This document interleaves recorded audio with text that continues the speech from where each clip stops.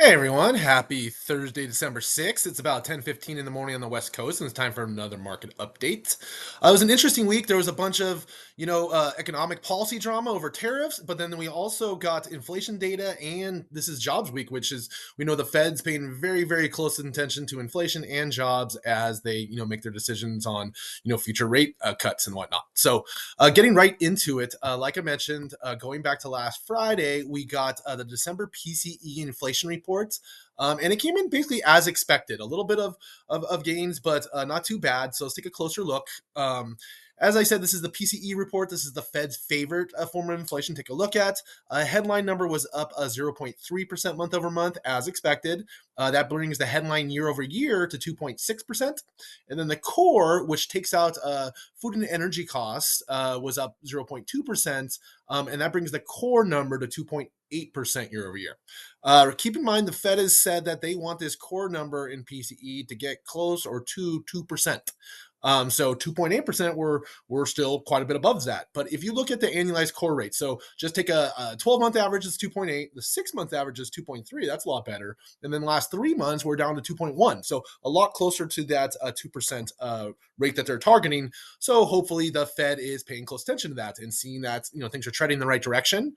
As I said, this was as expected. The market, there was no adverse negative reaction to this report, or there wasn't really a good reaction either. But pretty non-move market moving for something that tends to be really big market mover. Next thing, like I said, is jobs week. So we get all the big jobs reports this week. First up was December JOLTS. So that is job openings reports. So the blue line right here is job openings. And as you can see, that dropped quite a bit. It was supposed to be about 8 million and came in at 7.6 million. So quite a bit below what was expected. So that is good for us because the less job openings, the less hirings, and the markets tend to like that. The bond market, because that's less inflationary. The other two lines on here, hires, is kind of come down a little bit. Which again, the more people are hiring, the more we look at that as inflationary. And then quits, quits has been on a downward trend as well. Quits is important because when the labor market's really popping, people are quitting their jobs to go take other jobs, and that as with that dropping to lower levels, that means the labor market's not as strong as it was. Like I said, next one was January ADP. So this was December. Now this one's January, a little more current. This is private payrolls, and this beat expectations. Where the last one was kind of in our favor, this one was not. The estimate was 150,000 jobs created, came in 183,000 jobs created, and they also revised the December numbers from 122 to 176, so plus 54,000. So pretty strong report overall. Pretty mixed. It's been mainly large businesses with the gains, but a lot of medium-sized businesses add employees. Trade, transportation, utilities led it. Leisure and hospitality was really close behind as far as by sector. And the only thing that we could say is maybe a little positive for us in the bond market and in mortgage rates and stuff was the wages stuff, wage inflation. So job stayers went up slightly, but it's still at really low levels. I think the second lowest, 4.6 was the lowest level since 2021. So still around there. And then job switchers actually dropped from 6.9 to 6.8. The reason that one's important, just like I said, quits. Job switchers generally companies are needing to offer somebody to switch companies more money, and that's inflationary. The more we're making, the more they look at as inflationary. So with job switcher wage inflation coming down a little bit, that was a little bit of a positive note in an otherwise pretty strong jobs report, which is not what we want these days. Keep in mind, we want the Fed. The stronger the labor market looks, the less the Fed has to cut rates. And then later on, we'll talk about it in a second, but we get BLS, the big jobs report. We get that tomorrow. Initial jobless claims came out today, and those were up to 219,000, 214,000 were estimated. Continuing claims were up again. So still these are pretty low numbers, but the continuing claims number is continuing to be at an elevated level. So that's people, continuing to be on unemployment for as long as they can. And even with, people dropping off of employment when they run out of benefits, those numbers have stayed pretty elevated. But overall, these new claims, if we see spikes here, the markets will react because it looks like a bunch of people are losing their jobs, and that's weak in the labor market. And like I said, miscellaneous, but a lot of these narratives around this tariff stuff, new economic policies this week.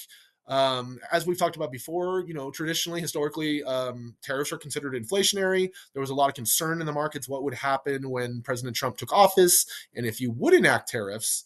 And he over the weekend, and go back to last Friday, they announced that they were going to be doing tariffs on Mexico, Canada, and China.